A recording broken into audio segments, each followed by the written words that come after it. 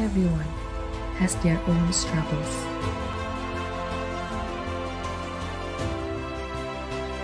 Meeting different kinds of stories. Healing wounded hearts.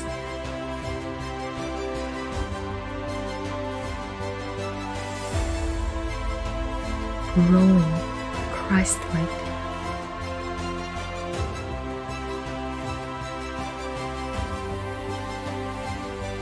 Everyone has their own struggles. Whatever struggle we are facing, let's learn to walk hand in hand.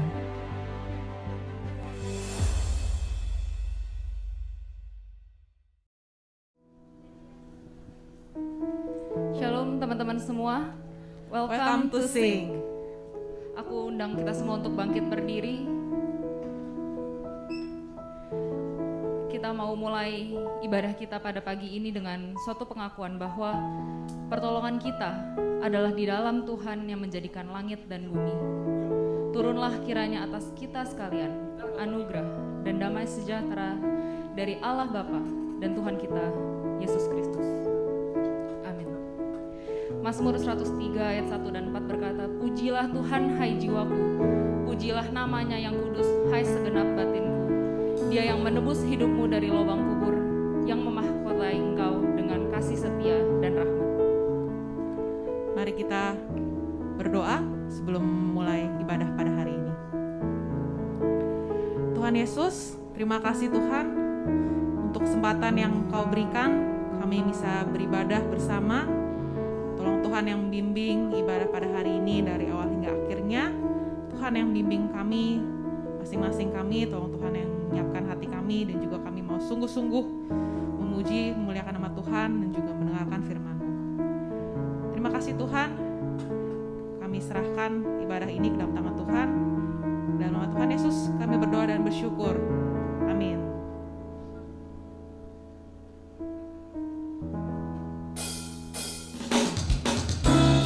Allah kita Allah yang besar, Allah kita Allah yang penuh keagungan, Allah kita Allah yang selalu sayang sama kita.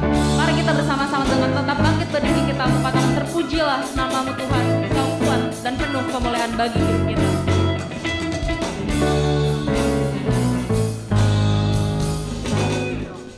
Terpujilah namamu Tuhan, kuat dan penuh kemuliaan. Satu suara kami nyatakan, kebesaran-Mu tetap selamanya. Terpujilah namamu Tuhan. Terpujilah namamu Tuhan, ajaib dan penuh keagungan. Satu hati kami nyatakan, kerajaan-Mu kekal selamanya.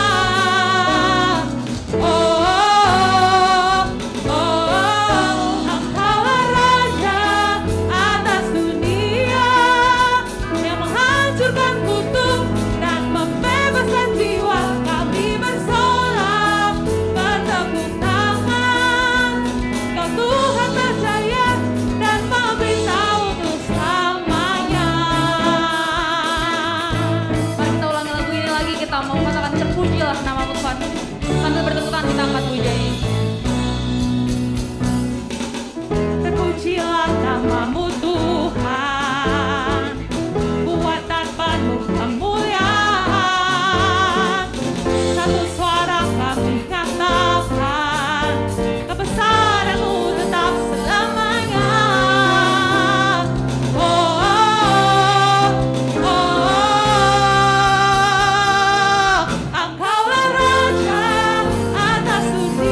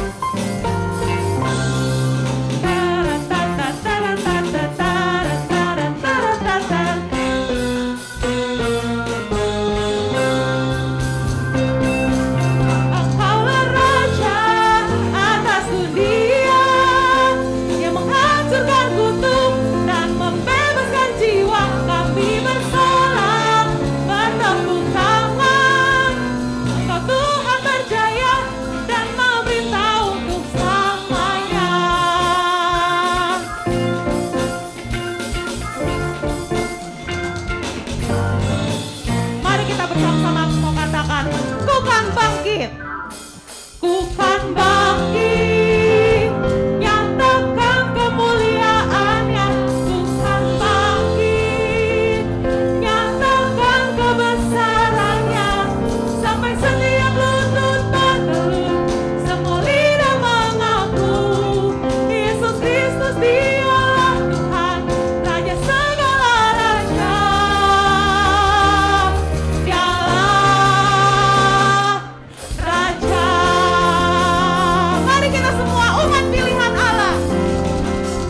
Mari kita semua umat pilihan Allah, dengar panggilan-Nya untuk menggenapi firman-Nya.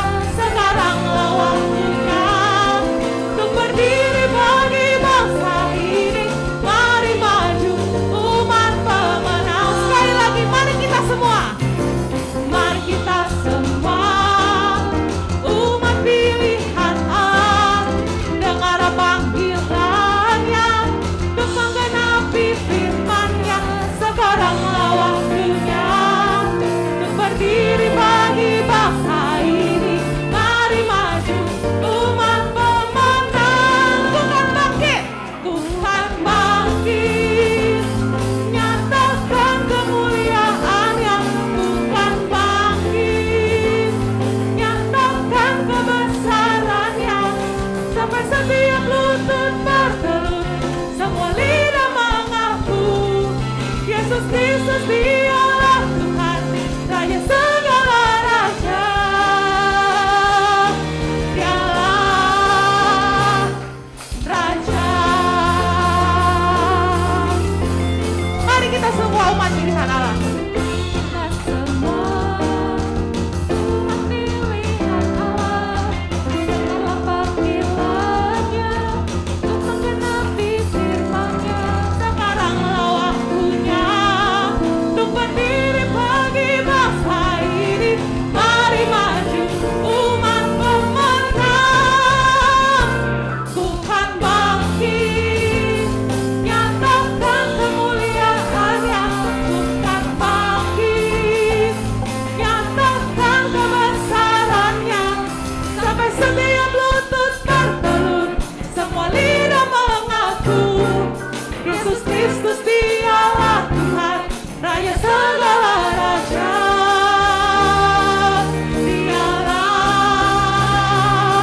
Raja, Dialah Raja, Dialah Raja, Dialah Raja.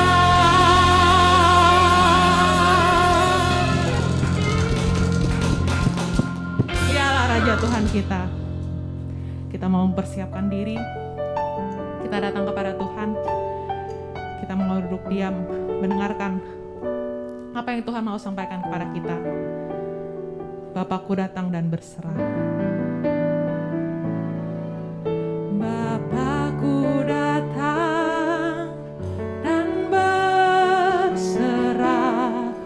Ku nyatakan Kau yang berkuasa. Kau setia, Kau cahaya hidupku.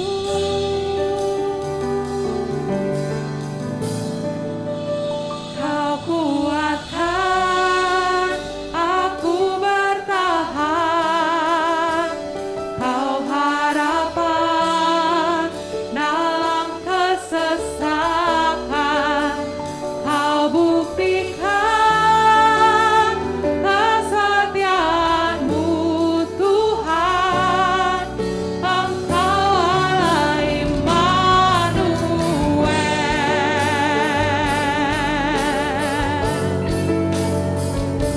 Kita berserah pada kuasa Tuhan. Bapakku datang. Bapakku datang dan berserah. Ku nyatakan Kau yang berkuasa dalam gelap. Kau setia,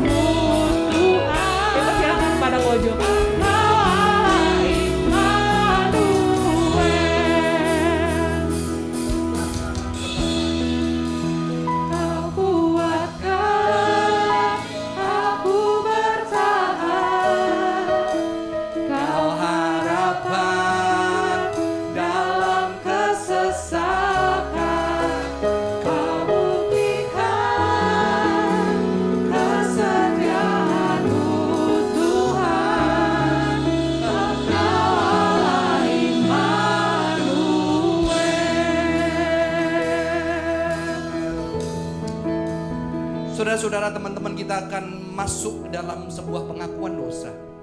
Setiap malam anak saya yang kedua selalu bilang, "Pak, hati-hati sebelum saya mau tidur." Apa sih hati-hati? Saya, kenapa bilang hati-hati? Papa tahu nggak kenapa bilang hati-hati? Karena kan ada orang yang tidur terus meninggal. Jadi bilang hati-hati Pak, dia bisa nggak jumpa sama saya.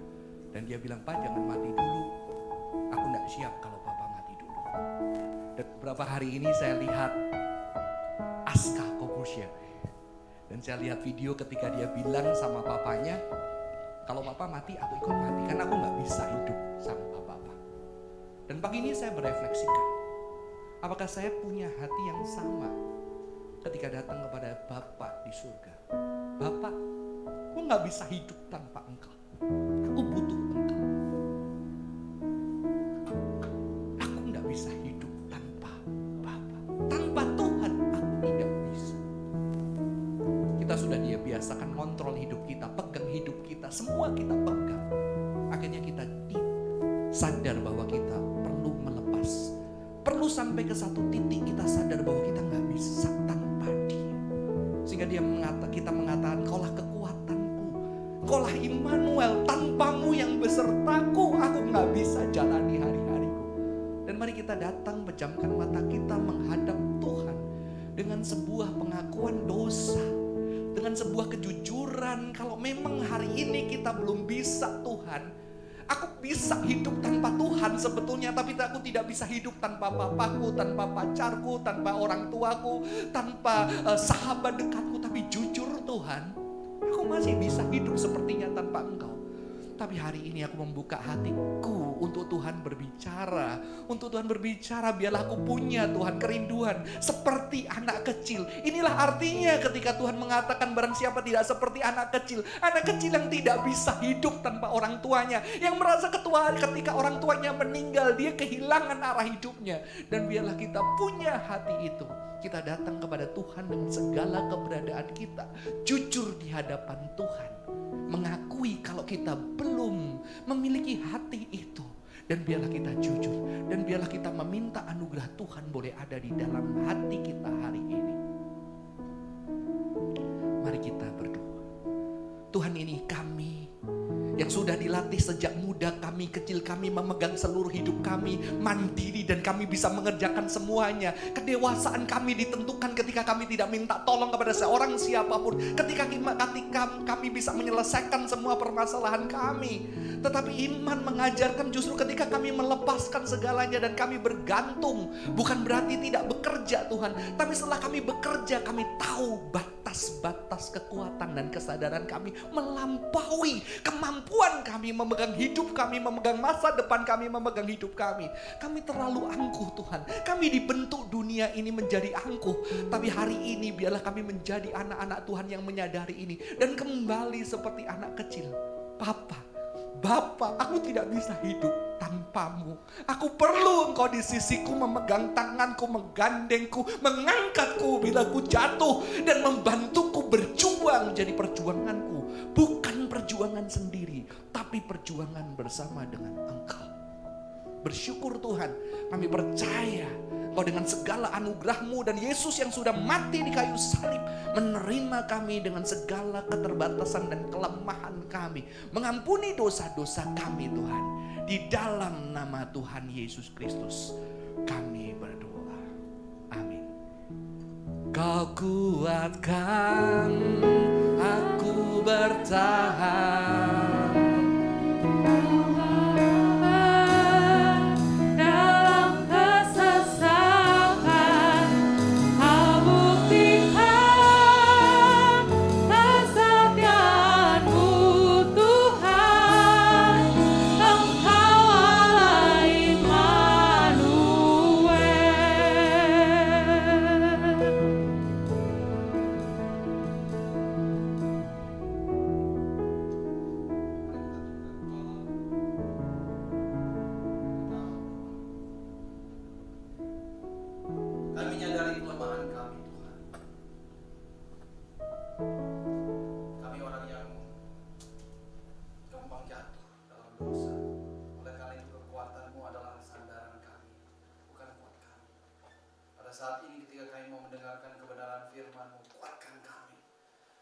pikiran kami tidak menerawang kemana-mana, tapi fokus hanya pada kebenaran firman-Mu.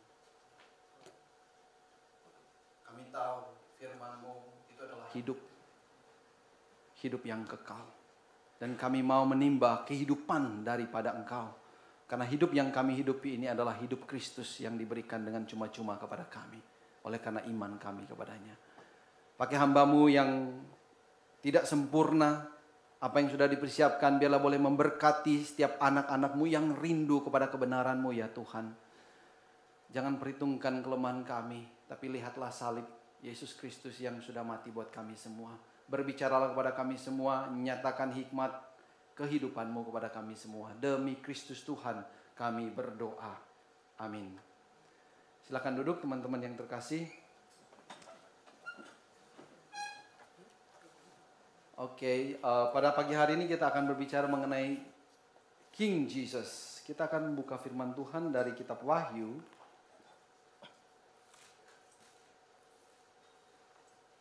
Pasal yang ke-19 ayat 11 sampai 16. Saya akan bacakan. Saudara sekalian bisa memperhatikan di dalam gadget Alkitab kita masing-masing. Wahyu pasal 19 ayat 11 sampai 16. Lalu aku melihat sorga terbuka, sesungguhnya ada seekor kuda putih, dan ia yang menungganginya bernama Yang Setia dan Yang Benar. Ia menghakimi dan berperang dengan adil. Dan matanya bagaikan nyala api, dan di atas kepalanya terdapat banyak mahkota, dan padanya ada tertulis suatu nama yang tidak diketahui seorang pun, kecuali ia sendiri. Dan ia memakai jubah yang telah dicelup dalam darah, dan namanya ialah Firman Allah.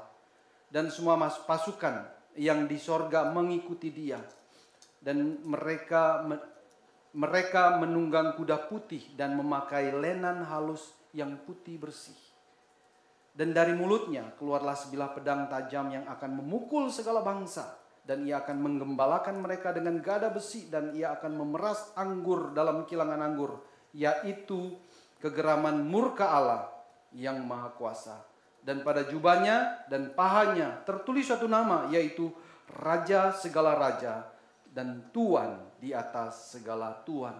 Nah saudara-saudari terkasih, Bapak Ibu yang dicintai oleh Tuhan Yesus, kalau kita membaca kitab Wahyu, kita perlu mengenal atau mengerti bahasa lambang yang ada di dalamnya. Termasuk ketika kita membaca bagian kita pada pagi hari ini, teman-teman, itu penuh dengan bahasa lambang yang perlu kita ketahui bersama-sama. Nah, saya akan mengajak kita untuk mengobservasi secara singkat saja arti dari lambang-lambang yang ada di dalam bacaan kita tadi dari ayat 11 sampai ayat ke-16. Ya, kurang lebih seperti itu ya. Kalau kita mau mengobservasi karakteristik dari sang penunggang kuda putih itu ya, yang datang sebagai pemenang ya. Kuda putih itu mau berbicara tentang seorang pemenang, ya seorang panglima perang yang sudah menang di dalam peperangan dan sekarang dia kembali ya dengan suatu kemenangan yang besar.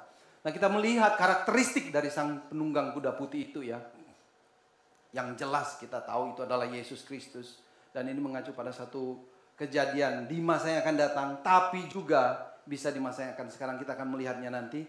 Nah, kita melihat beberapa karakteristik dan kita coba memaknai ya dari bahasa lambang yang dikatakan di sana ya. Pertama, ia disebut sebagai yang setia ya, bernama yang setia dan yang adil ya. Ini menunjuk kepada bahwa Yesus itu, sang penunggang kuda itu adalah saksi yang setia, yang benar, setia pada panggilan dan tujuannya. Ia tidak pernah ingkar janji ya. Kalau kita membaca dari Perjanjian Lama sampai Perjanjian Baru, dari kitab Kejadian sampai kitab Wahyu, di sana kita melihat satu benang merah garis bahwa Allah itu tidak pernah ingkar janjinya kepada manusia. Ya. Jadi kita tidak mendapati kepalsuan padanya. Oleh karena itulah ya, pantaslah ia menjadi hakim, karakteristik kedua ya, menjadi hakim yang adil dan berperang dengan adil. Kenapa? Karena dia sendiri itu adalah seorang yang setia dan benar. Tidak ada kepalsuan padanya. Ya. Jadi di sini kita melihat karakteristik seorang hakim agung yang tidak yang bisa menghakimi dengan sangat adil. Dan kita melihat di ayat berikutnya, matanya bagaikan nyala api.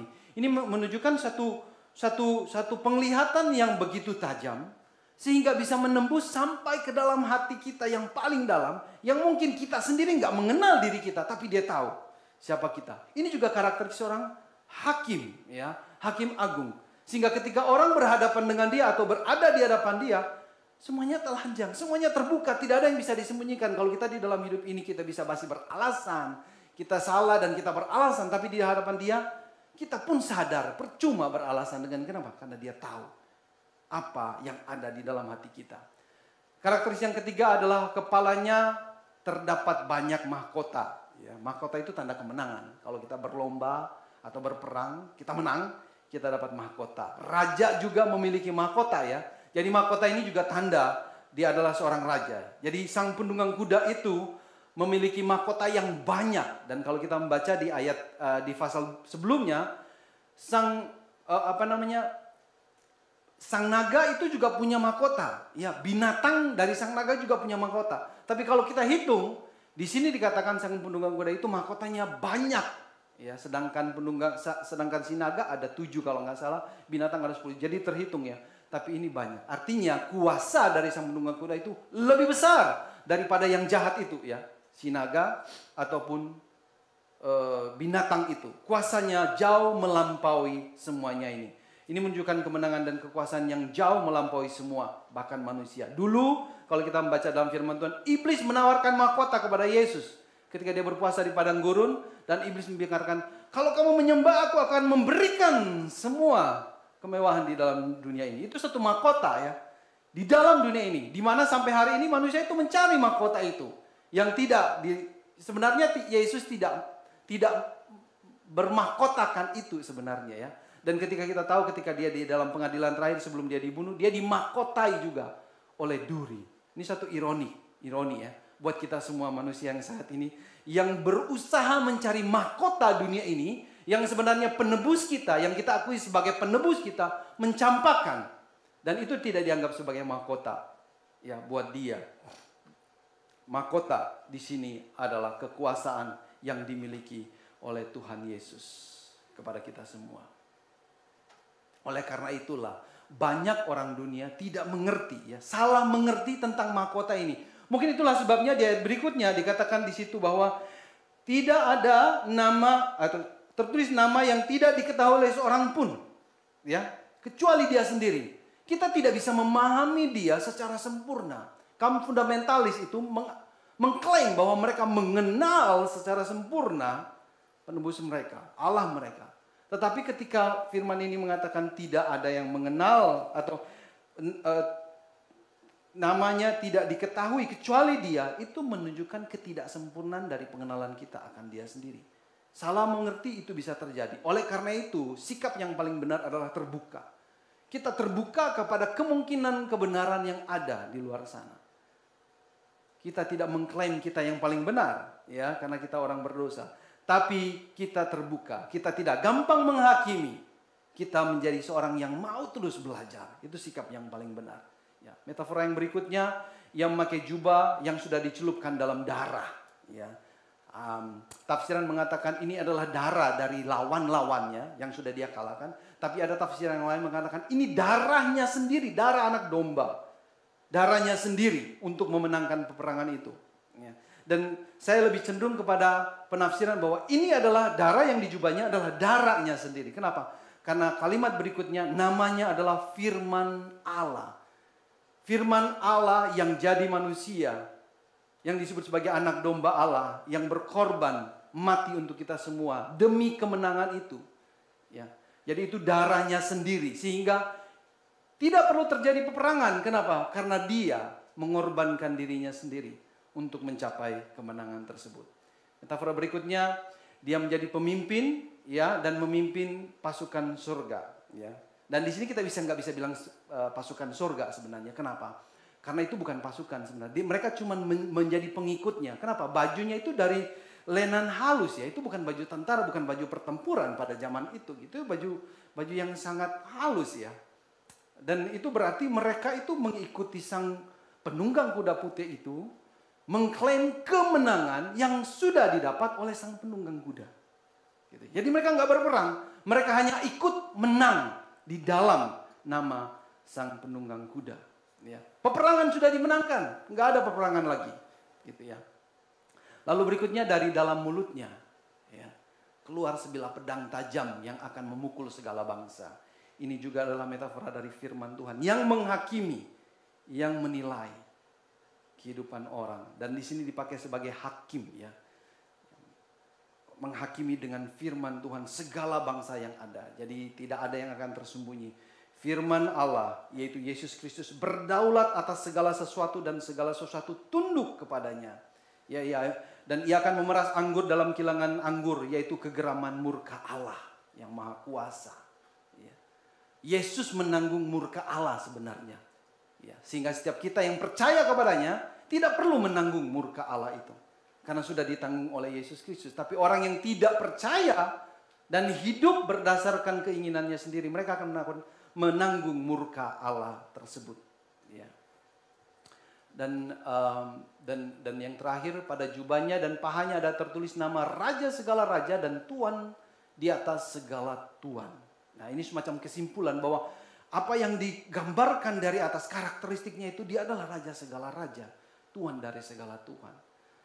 Dan teman-teman yang terkasih di dalam Tuhan Yesus, dua hal sebenarnya yang saya pelajari dari karakteristik ini. Yang pertama, dia itu adalah Raja segala raja. Yang kedua, dia adalah Hakim yang agung. Dan di dalam semuanya ini sentralnya adalah firman Tuhan. Firman Tuhan itu adalah hadirat Allah yang nyata, yang hari ini kita rasakan, yang hari ini kita punyai sebenarnya. Ya, kalau kita melihat di situ namanya firman Allah. Dari dalam mulutnya keluar pedang yang tajam, yaitu firman yang menghakimi. Jadi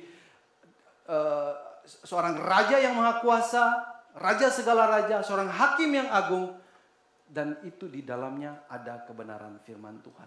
Nah, kita akan melihat secara lebih detail apa artinya buat kita saat ini Raja segala raja itu. Apa artinya buat kita hari ini hakim yang agung itu. Ya. Jelas dalam bacaan kita pada pagi hari ini itu menunjukkan pada satu kejadian di masa yang akan datang. Tapi sebenarnya di dalam surat Paulus, ya, dulu sekali Paulus sudah melihat itu, dan dia katakan di dalam Filipi pasal 2 ayat 9-11. Itulah sebabnya Allah sangat meninggikan dia dan mengaruniakan kepadanya nama di atas segala nama, supaya dalam nama Yesus bertekuk lutut segala yang ada di langit dan yang ada di atas bumi dan yang ada di bawah bumi, dan segala lidah mengaku Yesus Kristus adalah Tuhan, bagi kemuliaan Allah Bapa. Paulus sudah melihat dan mengerti itu pada saat itu. Dan sebenarnya apa yang Paulus tulis itu sejalan atau sama dengan kabar malaikat Gabriel yang disampaikan kepada Maria sebelum Yesus lahir. Ya, di dalam Lukas pasal 1 ayat 32-33, ya. Ia akan menjadi besar dan akan disebut anak Allah yang maha tinggi. Dan Tuhan Allah akan mengaruniakan kepadanya tahta Daud bapa leluhurnya, dan ia akan menjadi raja atas kaum keturunan Yakub sampai selama-lamanya, dan kerajaannya tidak akan berkesudahan. Ya. Nubuat perjanjian lama, pengharapan bangsa Israel akan seorang raja Mesias yang sempurna, itu terpenuhi di dalam diri Yesus, anak Allah tersebut. Namun ada perbedaannya. Kita mesti melihat perbedaan mimpi dari bangsa-bangsa di dunia ini akan seorang raja, dan apa yang Yesus lakukan sebagai seorang raja segala raja. Dalam pengadilan di hadapan Pilatus dan mahkamah agama Yahudi, Yesus mengakui bahwa ia adalah raja. Ya, di hadapan mahkamah agama dan juga di hadapan Pilatus. Dia adalah Mesias yang dinantikan oleh orang Yahudi. Dan oleh karena pengakuan itulah, saudara yang terkasih, ia dihukum mati. Di sini kita melihat ada perbedaan yang besar akan apa yang dipikirkan oleh orang Yahudi dan Pilatus tentu saja pada waktu itu akan seorang raja. Namun secara implisit Yesus sudah menunjukkan bahwa dia seorang raja. Ya, ketika dia masuk kota Yerusalem dengan mengendarai seekor keledai muda, ya, dan dia sanjung sebagai anak Daud. Ya, dan hari ini kita sebenarnya memperingati itu, teman-teman yang terkasih. Pada waktu itu ia hanya diiringi oleh 12 rasul, hanya mengendarai seekor keledai muda yang lemah, gitu ya. Dan orang yang menyanjung dia beberapa waktu kemudian ngomong tentang yang jelek tentang dia.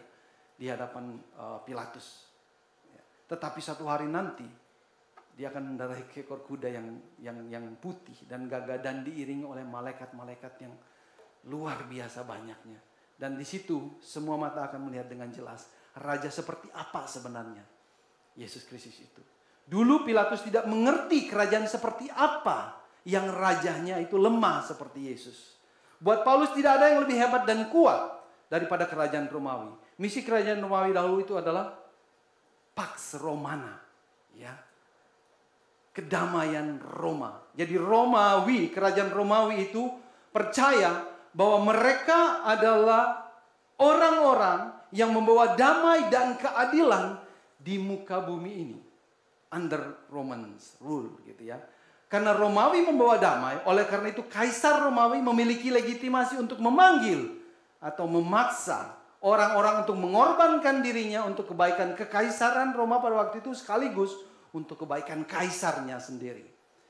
Tentara dan gladiator memberikan hidupnya.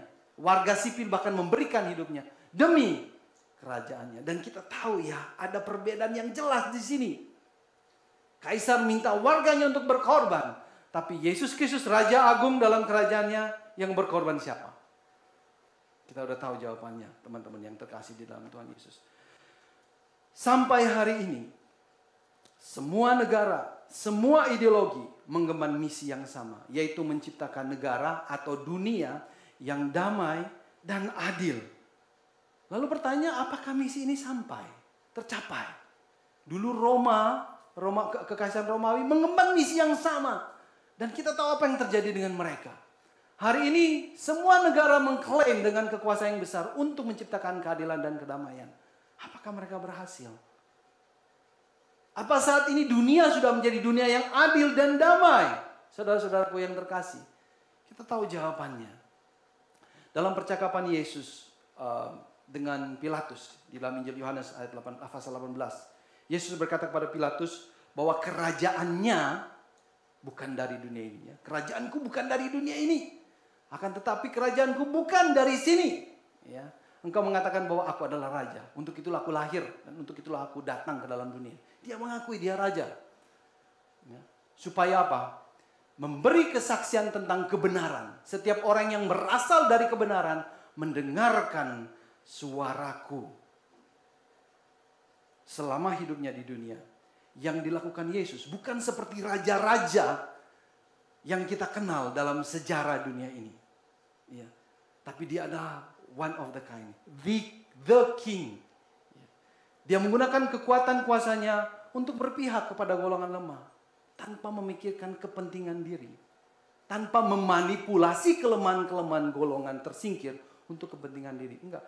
Dia melakukan mujizat, menyembuhkan orang sakit, membangkitkan orang mati, menenangkan badai, ombak lautan, memberi makan banyak orang hanya dengan beberapa ketul roti dan ikan. Ia peduli dengan orang yang sakit, yang miskin, yang tersingkirkan, yang tidak diperhatikan oleh orang dalam masyarakat. Ini semua teman-teman menunjukkan seperti apa raja dan kuasanya. Serta untuk apa kuasa itu digunakan. Di dalam kerajaan Yesus atau melalui Yesus Kristus Sang Raja, kita tahu mengapa Tuhan memberi kuasa kepada kita dan orang-orang lain. Untuk apa? Nah, ini penting sekali untuk kita renungkan. Ini semua adalah raja segala raja. Jadi jelas di sini, kerajaan Yesus tidak seperti kerajaan di dunia ini. Ia datang bukan untuk membangun kembali kerajaan Israel seperti yang mereka bayangkan pada kerajaan zaman Daud. Ya, seperti yang mereka pikirkan. Kerajaan Yesus tidak seperti kerajaan dan pemerintahan yang kita kenal di dalam dunia ini saat ini. Atau yang saat yang akan datang. Oleh karena itu ia datang bukan untuk menaklukkan kerajaan-kerajaan di bumi ini. Kekuasaan yang ditandai oleh kerajaan dan pemerintah di bumi ini kan hancur dan hilang. Dan diganti oleh yang lain hancur lagi. Begitu seterusnya. Jelas. Kita salah kalau kita berpikir kerajaan Yesus atau Raja Yesus bakalan seperti kerajaan di bumi ini. Kuasa Yesus bakalan seperti kuasa di bumi ini yang kita lihat di dalam orang yang berkuasa itu. Ia tidak memiliki tentara. Dia katakan di bumi ini. Sehingga apa yang coba dilakukan oleh Petrus dengan pedangnya itu itu terlihat konyol dan bodoh sebenarnya. Jadi kita tahu Yesus itu tidak sedang bertanding dan berlomba dengan segala macam kekuasaan yang ada di dalam dunia ini. Kerajaannya tidak bisa dibandingkan dengan segala kekuasaan yang ada di muka bumi ini. Kerajaannya berbeda sama sekali dari apa yang kita ketahui di dunia ini.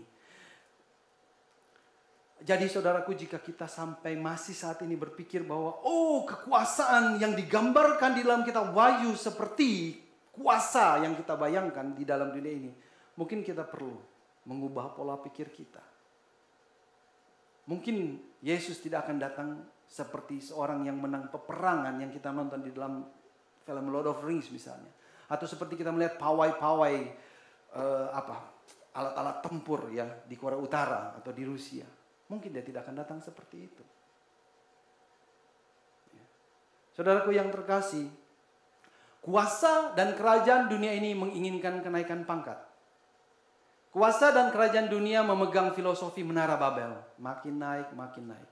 Sebaliknya kuasa dan kerajaan Kristus menginginkan turun pangkat, seorang raja menjadi hamba. Kuasa dan kerajaan Yesus Kristus memegang filosofi seorang hamba melayani. Apa artinya buat kita mengikuti raja yang seperti ini? Adakah raja yang seperti ini di dunia ini? Tidak ada. Apa artinya buat kita? Sebuah ayat dalam Lukas pasal 10 ayat 20 mengatakan begini. Namun demikian, janganlah bersuka cita karena roh-roh itu takluk kepadamu. Ketika Yesus ngomong kepada murid-murid yang sudah berhasil melayani pengusiran roh jahat ya. Dan mereka merasa hebat. Tetapi dia katakan, bersukacitalah karena namamu ada terdaftar di sorga.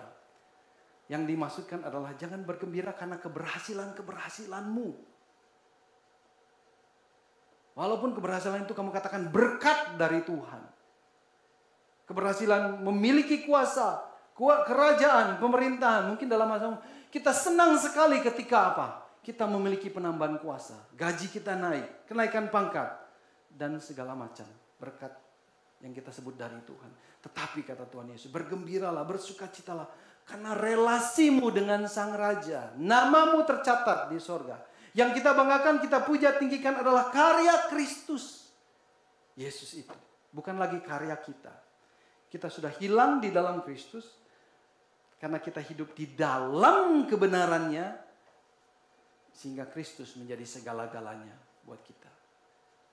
Buat orang Kristen, kita tidak perlu menunggu ya. Sampai nanti Tuhan Yesus datang kembali. Untuk melihat dan mengakui kemuliaan kerajaannya. Nggak perlu tunggu sampai sana.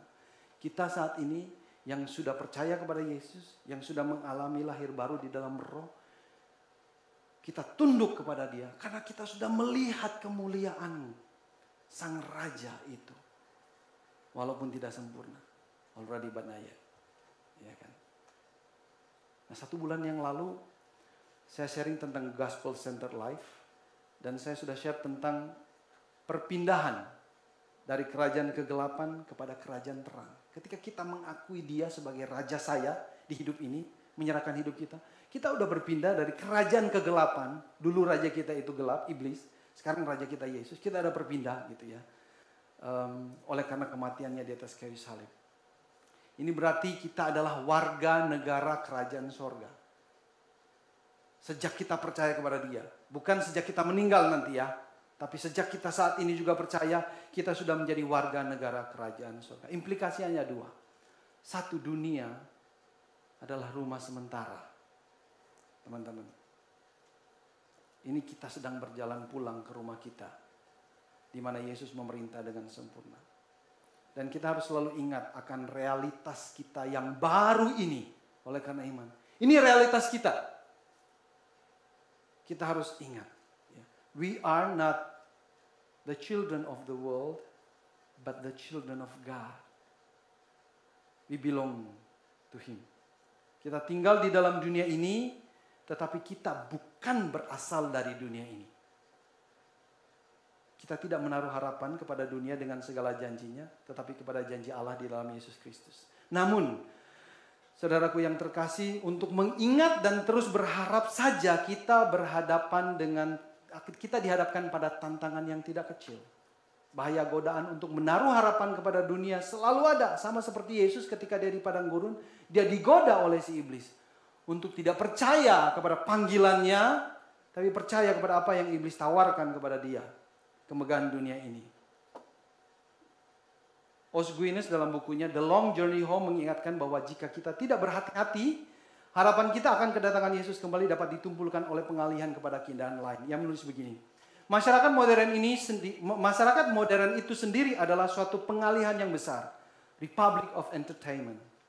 Dengan toko-toko, olahraga, games, tourism, rekreasi, kosmetik, operasi plastik, virtual reality, dan glorifikasi akan kesehatan dan kemudahan yang tak pernah berhenti.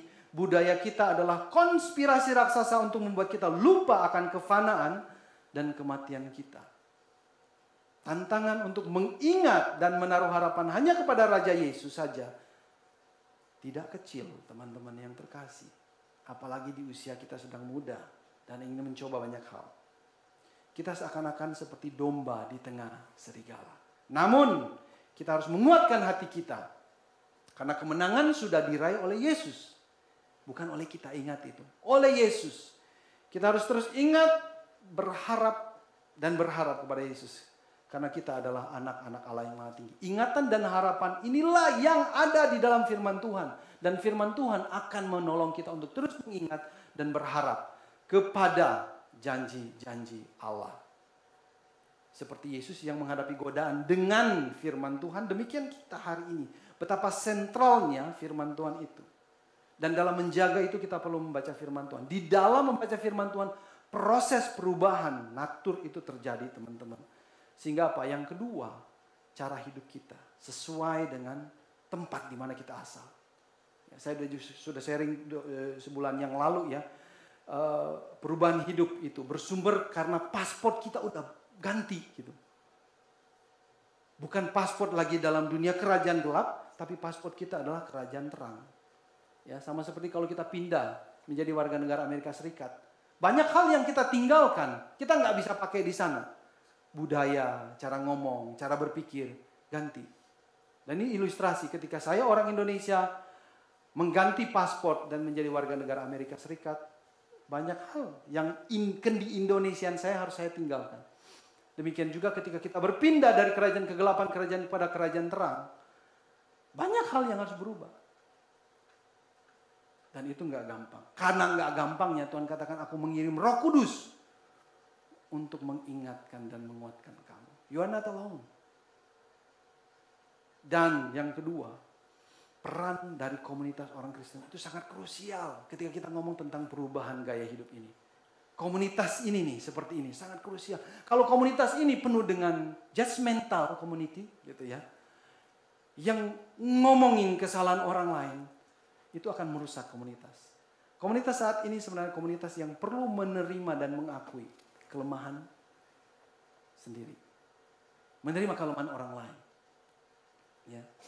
Dan bertumbuh di dalamnya. Kita memerlukan komunitas seperti itu saat ini. Oke, yang kedua, hakim yang adil. Ya. Hakim yang adil. Nah, beberapa perumpamaan dalam kitab Injil itu menggambarkan penghakiman universal suatu hari nanti. Di mana tidak ada yang tersembunyi di hadapan mata yang bagaikan nyala api tersebut. Ya, semua hal terbuka dan tidak ada yang bisa mengalihkan apa yang dilihat oleh Sang Hakim Agung. Ketidakadilan yang kita alami di dunia ini menyebabkan banyak penderitaan. Ya. Pada saat itu nanti, saudaraku yang terkasih, akan terbuka. Ya. Akan terlihat dengan jelas. Keadilan akan dipuaskan satu hari nanti. Orang-orang yang saat ini tidak mendapatkan keadilan pada saat itu akan diperlakukan dengan adil. Itulah sebabnya orang-orang percaya diperintahkan untuk sabar saat ini. Ketika dia menghadapi ketidakadilan di dalam dunia ini dan keadilannya tidak dipuaskan. Bersabar, kenapa? Karena satu hari nanti Yesus yang Hakim Agung itu akan memberikan keadilan kepada setiap orang-orang yang bersabar mengharapkan keadilannya. Yang kedua, already but not yet. Sama seperti kita sudah melihat kemuliaan raja, segala raja, dan tinggal dalam kerajaannya pada waktu kita percaya kepada Yesus, namun masih menunggu kesempurnaan satu hari nanti. Demikian juga kita sudah mendapatkan keadilan Allah pada saat kita percaya kepada Yesus Kristus. Tetapi belum sempurna karena kita masih mengalami banyak ketidakadilan. Satu hari nanti itu akan disempurna. Kita melihat satu kesempurnaan. Jadi sudah melihat kemuliaan Allah namun belum sempurna. Sudah mendapat keadilan Allah namun belum sempurna. Nah, kematian dan kebangkitan Kristus sebenarnya adalah keadilan Allah. Kematian dan kebangkitan Yesus Kristus adalah keadilan Allah.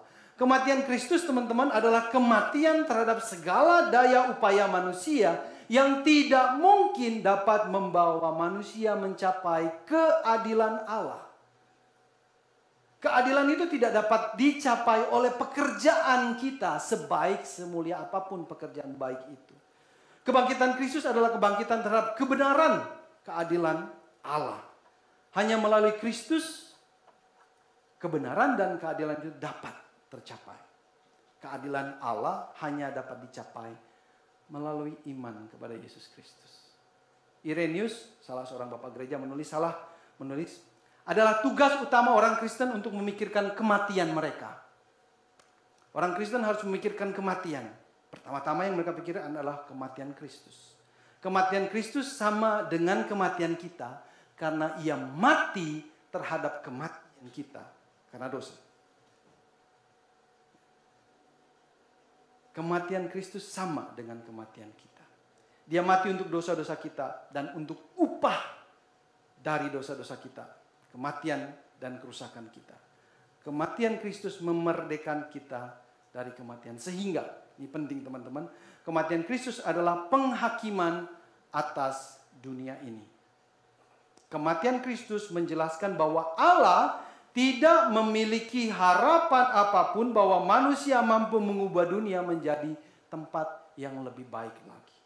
Kematian Tuhan yang datang kepada kepunyaannya adalah penghakiman terakhir atas segala usaha dan daya manusia. Penghakiman terhadap idealisme manusia itu. Oleh karena itu kekristenan yang dibangun atas dasar karya Kristus adalah keadilan.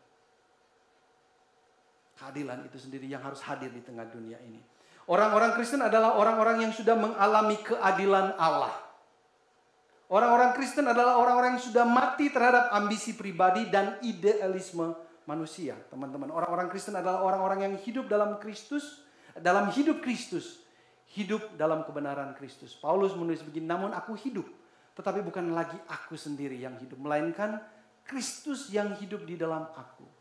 Dan hidupku yang kuhidupi sekarang ini di dalam daging adalah hidup oleh iman dalam anak Allah yang telah mengasihi aku dan menyerahkan dirinya untuk aku. Karena itu teman-teman yang terkasih, kita berbuat baik. Bukan untuk membangun kebaikan kita. Kita menjaga kehidupan moral yang baik. Bukanlah untuk membangun kebenaran kita. Saya baik. Abraham Van de Beek mengatakan begini, orang yang sudah percaya kepada Kristus tidak memiliki etika. Mereka adalah immoral dalam arti yang paling dalam karena mereka sudah mati terhadap semua sistem moral. Karena semua etika didasarkan pada aktivitas manusia. Yang beliau maksudkan dengan orang Kristen adalah orang yang tidak memiliki moral. Teman-teman yang terkasih adalah orang Kristen itu tidak ikut-ikutan dunia menjaga dan mengusahakan keadilan dan kedamaian di dunia ini. Orang Kristen tidak sedang berkompetisi dengan visi dan misi kekuasaan di dunia ini. Mereka tidak mencari kekayaan, mereka tidak mencoba meningkatkan struktur sosial untuk pembebasan para budak atau emansipasi wanita yang terkungkung dalam sistem patriarkal. Mereka adalah orang-orang yang tidak termasuk dalam masyarakat yang normal. Mereka memiliki dunia yang lain tanpa idealisme moral. Lalu beliau menambahkan begini. Selama kita masih berpikir bahwa kita masih mampu memperbaiki dunia ini, kemanusiaan saya adalah subjek utamanya dari perbuatan itu. Tetapi itu adalah inti dari dosa itu sendiri.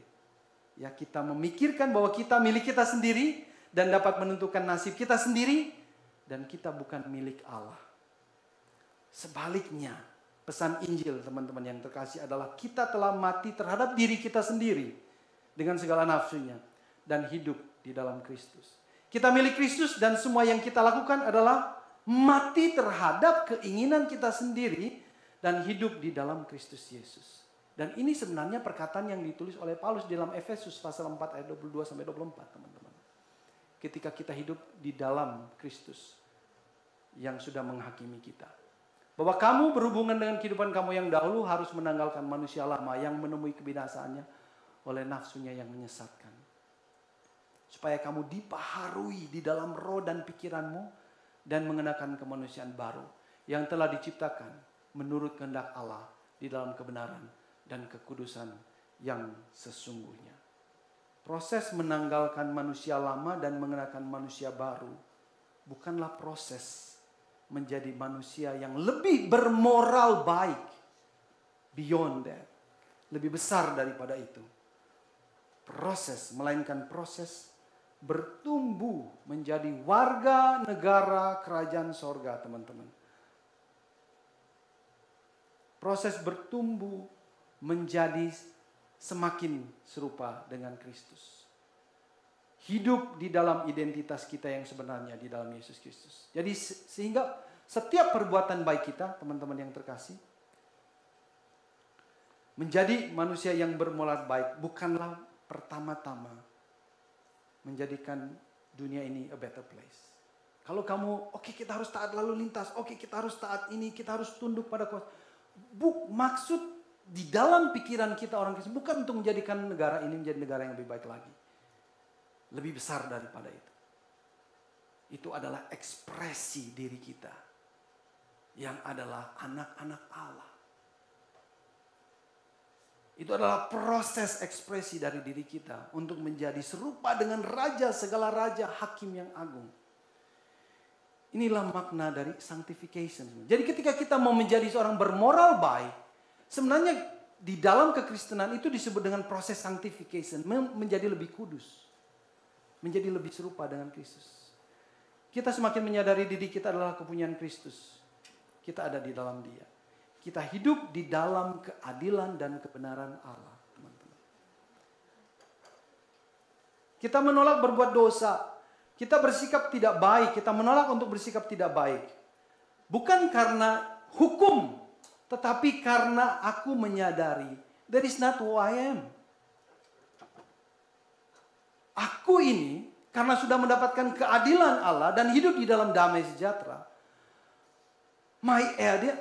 identitas saya itu adalah do good. Menghasilkan buah kebenaran. Itu adalah aku. Dan itu menjadi proses hidup kita. Ketika di mata orang banyak, oh dia orangnya baik ya. Oh moralnya oke. Dia orang yang taat kepada di dunia, di muka dunia kita dilihat sebagai itu. Tetapi di dalam diri kita, di dalam pemahaman kita akan karya keadilan Yesus. It is a process to become like Jesus. Ekspresi dari who I am sebenarnya di dalam Yesus. Saya sudah menerima keadilan dan damai Allah melalui Kristus. Oleh karena itu saya harus hidup di dalamnya. Jadi bukan penyangkalan diri sebenarnya ketika kita mau, oke, lupakan manusia lama dan rangkul manusia baru. Menyangkal diri, enggak. Tapi proses merangkul identitas yang baru di dalam Yesus Kristus. Nah teman-teman, akibat sebenarnya dari kepercayaan bahwa kita kepunyaan Kristus. Akibatnya bahwa kita kepunyaan Kristus, kita tidak menjadi membangun sebuah kerajaan baru, alternatif dari kerajaan dunia ini. Enggak, sebenarnya. Dan Luther itu menjawab dengan baik. Ya, ketika ada sebuah cerita, diceritakan bahwa ada seorang bertanya kepada Luther, apa yang Anda lakukan jika Anda tahu bahwa Tuhan akan datang besok? Hari kiamat besok datang. Lalu Luther menjawab, oke, saya akan menanam sebuah pohon apel hari ini. Apa artinya ini? Ya, seorang penulis mengatakan begini, buat Luther, kerajaan Allah itu tidak mengganggu keadaan dunia ini sampai kapanpun. Kerajaan Allah itu tidak mengganggu. Luther tidak ingin mengubah dunia, enggak. Dia tidak ingin membangun kerajaan Allah di bumi, tetapi menanam sebuah pohon apel. Ia tidak memiliki visi, tetapi tetap mempertahankan kondisi dunia yang terbatas sampai akhir. Karena bukan kita yang menyelamatkan dunia, bukan manusia yang menyelamatkan dunia. Yesus sudah melakukannya jauh sebelum Luther lahir. Yesus sudah menyelamatkan jauh sebelum kita lahir. Menyelamatkan dunia ini. Dan pada saat yang sama, sikap Luther ini menjelaskan bahwa dunia inilah yang dikasihi dan diselamatkan oleh Tuhan. Dunia dengan pohon apel dan manusia yang terbatas, itulah yang diselamatkan Tuhan. Kita tidak mampu mengubah dunia menjadi lebih baik lagi. Kita tidak bisa menjadikan diri kita lebih baik lagi. It's impossible. Nggak mungkin. Kita tidak mungkin menjadikan dunia ini Taman Eden. Kerajaan Allah akan datang melalui kematian kita terhadap dunia ini. Kerajaan Allah sudah datang ke dalam dunia ini melalui kematian Kristus yang mati buat kita. Dengan cara yang sama, kita menyelamatkan dunia ini dengan mati terhadap dunia ini. Hanya dengan mati terhadap dunia dan segala nanya teman-teman yang terkasih, Kristus menjadi raja di atas segala raja, hakim yang agung sepanjang segala abad. Oleh karena itu, kamu yang sudah percaya kepada Kristus, rajut identitasmu di dalam Dia. Ekspresikan identitasmu di dalam Kristus. Bukan dirimu lagi yang hidup, tapi Kristus di dalam kamu. Buat teman-teman yang belum percaya, hari ini juga, akui Yesus Kristus sebagai Tuhan dan Juru Selamat pribadimu. Dan mohon ampun kepada Dia. Mari kita tundukkan kepala kita berdoa.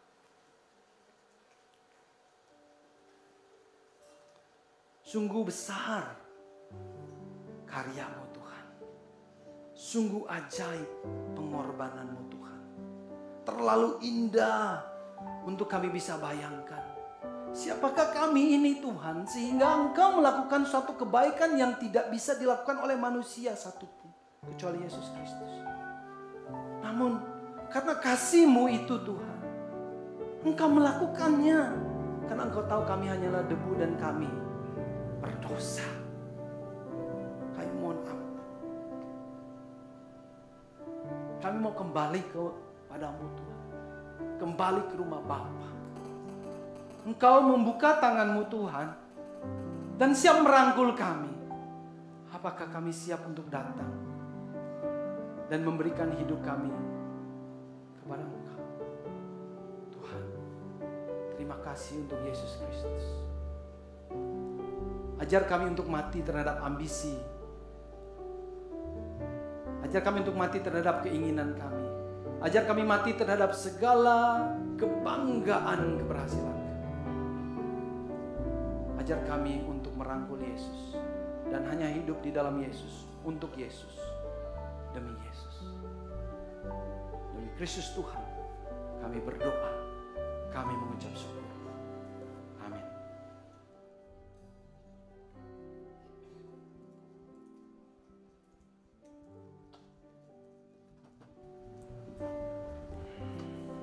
Aku undang untuk kita semua kembali bangkit berdiri.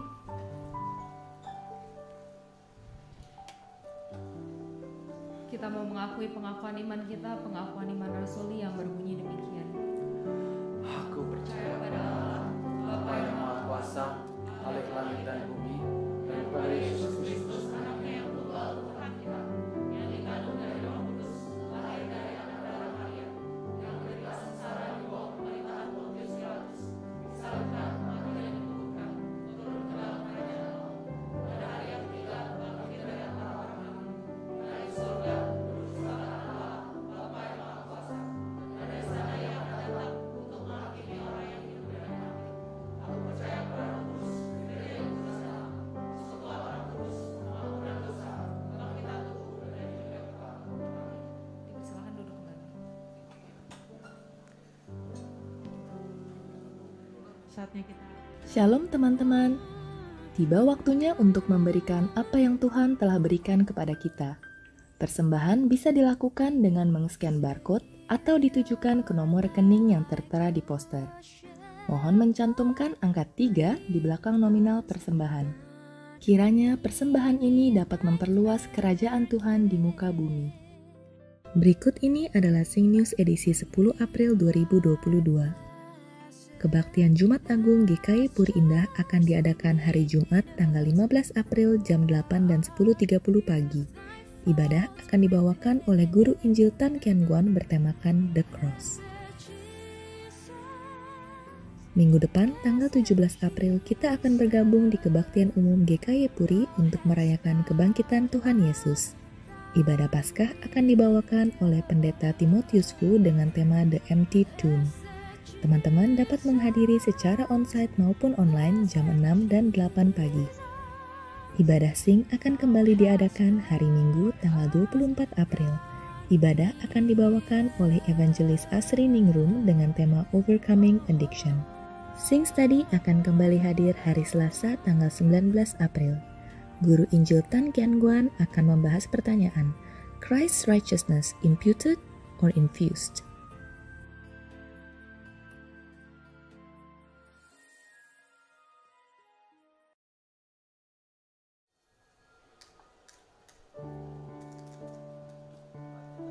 Bangkit berdiri, kita akan mengakhiri ibadah kita. Kita akan terima berkat daripadanya. Mari kita arahkan hati kita kepada Tuhan dan kita terima berkat daripada Tuhan. Kasih karunia dari Tuhan kita Yesus Kristus, kasih yang kekal dari Allah Bapa di sorga, serta persekutuan bersama dengan Roh Kudus senantiasa menopang, membimbing dan memimpin kehidupan kita mulai hari ini sampai selama-lamanya. Amin.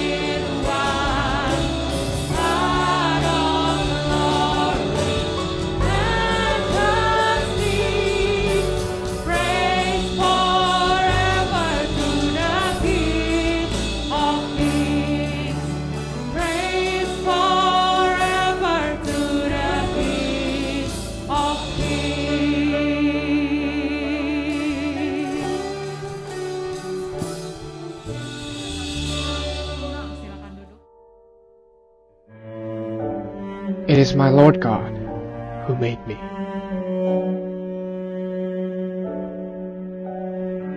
It is my Lord God who called me.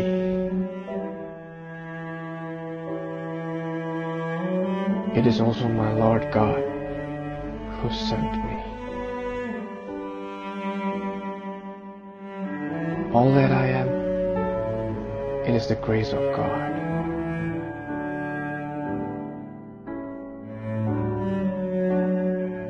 Each of us are living our own individual story.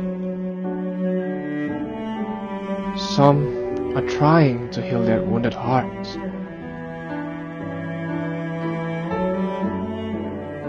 The others are growing to be more Christ-like.